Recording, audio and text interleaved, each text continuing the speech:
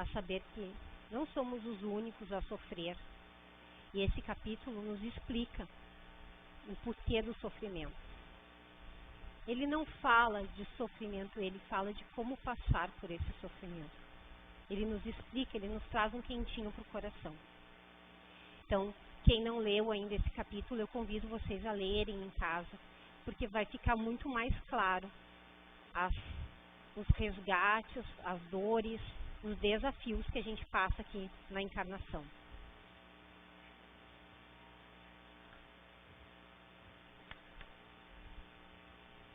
E o tema específico é resiliência e resignação. Então hoje a gente vai falar do bem sofrer. Será que existe isso? Bem sofrer? Eu vou iniciar lendo a primeira passagem de Jesus, mas a gente se baseia, né, na palestra em cima do Evangelho segundo o Espiritismo. E então, sempre é bom trazer a passagem de Jesus para nos situar, né? Então, só vou ler só o item 1, que diz o seguinte: Bem-aventurados os que choram, porque serão consolados. Bem-aventurados os que têm fome e sede de justiça, pois serão saciados. Bem-aventurados os que sofrem perseguição por amor à justiça, porque será deles o reino dos céus. Bem-aventurados significa felizes. Felizes os que sofrem, felizes os aflitos. E aí a gente pensa, poxa, como é que a gente vai ser feliz sofrendo, né? Parece muito impossível isso.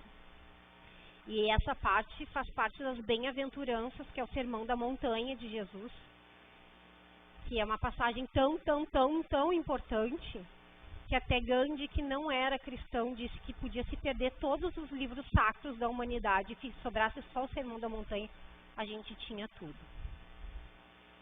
Então, são passagens muito importantes, e Kardec separou e fala por capítulo dessa passagem. E o mais bacana é que depois desse capítulo 5, Bem-aventurados os aflitos, o capítulo 6 é o Cristo Consolador, dizendo que quem nos consola, quem anda com a gente, quem carrega o fardo junto, é Ele, é Jesus. Ele se coloca nessa posição de nos dar esse auxílio. Mas eu vou iniciar, antes da gente entrar no tema resiliência e resignação, eu vou iniciar contando uma história do Nelson Mandela. Esse cara que foi um advogado, um grande lutador dos direitos humanos na África do Sul, foi preso e foi condenado à prisão perpétua, porque nessa época a África do Sul era colonizada. E eles resolveram que ele estava incomodando com a questão, porque na época tinha o apartheid na África do Sul. O apartheid era uma segregação racial, onde os negros não podiam se misturar com os brancos. Os negros não podiam votar, tinha que ser tudo separado. E Mandela lutava pelos direitos humanos de todos serem iguais, de todos terem os mesmos direitos, de uma cor de pele não fazer diferença. Afinal, é só uma cor de pele. Mas ele começou a incomodar essas pessoas que estavam no poder, porque a África do Sul foi colonizada pelos portugueses, pelos ingleses e pelos holandeses. Então, ele foi condenado à prisão perpétua. Ficou numa cela, uma cela pequena,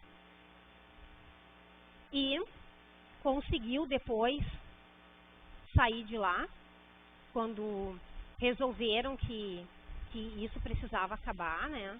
Foi feito até campanhas em prol dele.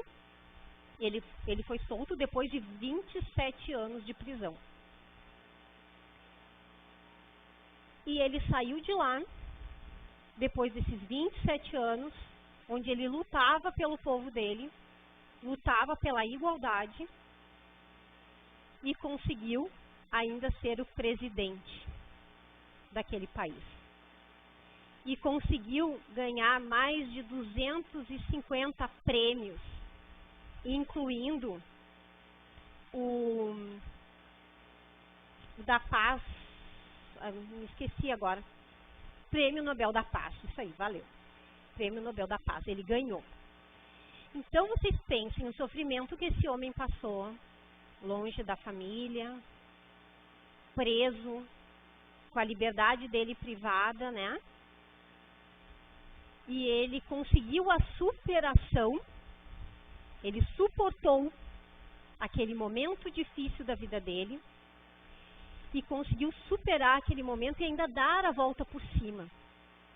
Aí a gente pensa assim, quando a gente está no meio, no olho do furacão, no meio do sofrimento, a gente pensa que não tem mais nada, que não tem luz no fim do túnel. Mas se a gente tiver um pouquinho de paciência, se a gente souber suportar, o que será que nos espera ali na frente? Pensem em Mandela, esperava prêmios, presidência, o fim do apartheid, ele conseguiu o que ele queria. E tudo é uma questão de como a gente se posiciona perante esse sofrimento. Ele não desistiu, ele suportou. E tem uma frase interessantíssima que eu vou ler porque tem que ser na íntegra, tá? Que ele falou: quando saí em direção ao portão que me levaria à liberdade, eu sabia que se eu não deixasse a minha amargura e o meu ódio para trás, eu ainda estaria na prisão. Eu chego a me arrepiar. Porque o quanto que a gente se prende e fica preso numa dor pelas nossas próprias emoções, pelos nossos próprios sentimentos.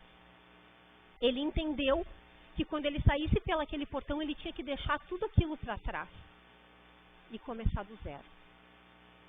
Ele tinha conseguido, ele tinha suportado, ele tinha saído dali.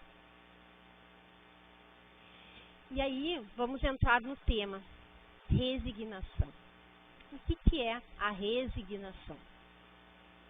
É o bem sofrer. E o que é o bem sofrer? A resignação, basicamente, é aceitação.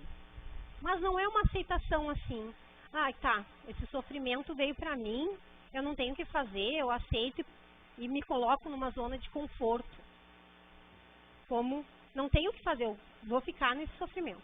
Não, a resignação é uma aceitação que vem aqui, ó, do coração. Porque é uma aceitação que está unida e de mãos dadas com a fé e com a confiança. Sabendo que Deus é Pai, bom e justo. E sendo um Pai bom e justo, Ele está fazendo o melhor por nós.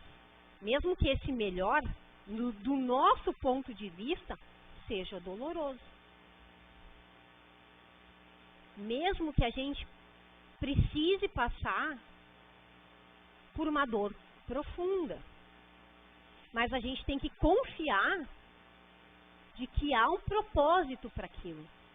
E esse capítulo 5, ele nos explica que muito do que a gente passa é dessa própria encarnação, pelas nossas próprias escolhas.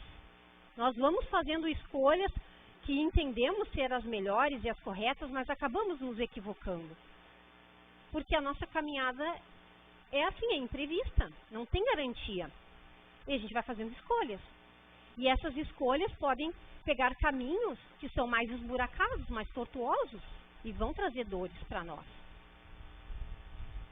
Também podemos ter vindo em famílias mais difíceis, onde a convivência é complicada e que também vamos passar por dores. Mas a gente tem que entender, nós que estamos aqui numa casa espírita, que a gente não veio para o lar errado, nem com as pessoas erradas. Nós estamos no lugar certo para fazer os resgates certos com as pessoas certas. Então é esse entendimento que a gente tem que ter. Vai ser fácil? Não vai ser fácil. Mas é diferente a gente buscar um entendimento, buscar o para que eu estou passando isso, buscar suportar este momento difícil, sabendo que não somos os únicos a sofrer no mundo, porque quando a gente está num sofrimento, a gente tem a sensação que é só a gente que sofre. Ninguém mais sofre no mundo, o nosso problema é o pior, é o maior.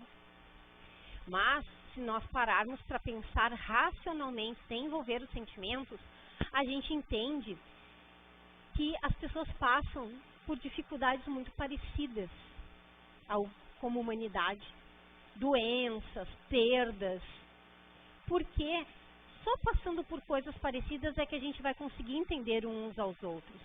É que a gente vai conseguir ter empatia, compaixão. Então a gente não consegue, porque sem eu ter passado, eu tenho dificuldade de entender o que vocês passam. Por mais que eu fique com pena, né, sinta piedade pelo que a pessoa está passando, mas se eu não passei, eu de verdade não sei como é passar por aquilo ali. Por isso que a gente diz, não julga a caminhada do outro se tu não está usando o sapatinho dele e fazendo o percurso. Porque só ele sabe o quanto dói, o quanto faz calo aquele sapato. E nenhuma dor é inválida. Não existe uma dor, a gente fala, né, de que algumas dores são as piores, e pode até ser. Mas, mesmo que uma pessoa tenha uma dor que a gente acha boba, do nosso ponto de vista, porque é a partir do nosso ponto de vista, mas para a pessoa não é boba, para a pessoa é dor, e a gente tem que respeitar. Então, a resignação é esse aceitar, tá, ok, eu tenho que passar por isso, é um momento de crise na minha vida, tá difícil, eu tenho que suportar este momento porque eu sei que vai passar. E que mais à frente, algo novo vai vir para me renovar. Então é buscar essa caminhada entendendo que não é para sempre. E aí um exemplo bem bacana é, Deus é nosso Pai. E a gente sabe pelo livro dos Espíritos que Ele é a causa primária de tudo. A gente sabe também que Ele é bom e justo. Tudo isso na doutrina espírita. Jesus nos disse isso. Se a gente sabe tudo isso, a gente traz para o nosso micro, né? Porque o macro reflete o micro. Traz para nós um pai, uma mãe. Ela ama o filho, incondicionalmente. Nós amamos nossos filhos incondicionalmente, não é verdade? Quando nossos filhos saem da linha, fazem uma coisa que não era para ter feito, desobedecem, muitas vezes a gente não tem que dar um castigo para o nosso filho? Sim. E não é porque a gente não ama o filho, a gente ama. E não é porque a gente é injusto. Não, a gente quer educar esse filho. É uma questão até de justiça. Porque a gente quer que ele cresça, né? Se forme uma boa pessoa, uma pessoa de caráter. Assim é Deus com a gente. Ele não está se vingando da gente porque a gente fez algo errado. Ele não é ruim, punitivo. Não, ele é educativo. Não é Deus que nos pune. Nós apenas colhemos resultados dos nossos próprios atos, do nosso próprio plantio. Aí eu já vi os balõezinhos aí na cabecinha de vocês dizendo, tá, mas eu não fiz nada grave nessa vida para estar passando o que eu estou passando.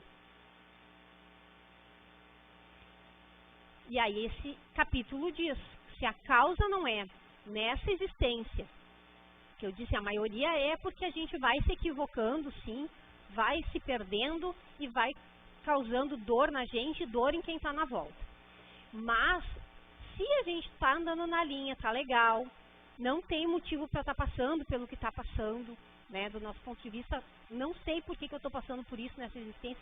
Eu sou uma pessoa bacana, busco estar sempre fazendo bem, mas estou passando por uma dificuldade, essa causa é de uma existência anterior. Ah, mas eu nem sei quem eu fui lá na outra existência, nem o que eu fiz, o que eu tenho que estar com isso agora. Nós somos os mesmos em todas as nossas existências. Nós temos uma vida com várias existências. E nós somos o mesmo espírito passando por essas existências. E nessas várias existências nós vamos plantando as nossas sementes. Criando afetos, criando desafetos. E isso tudo vai vindo depois ao longo do caminho. E Deus é tão bom e tão justo que Ele vai colocando no nosso caminhar conforme a gente suporta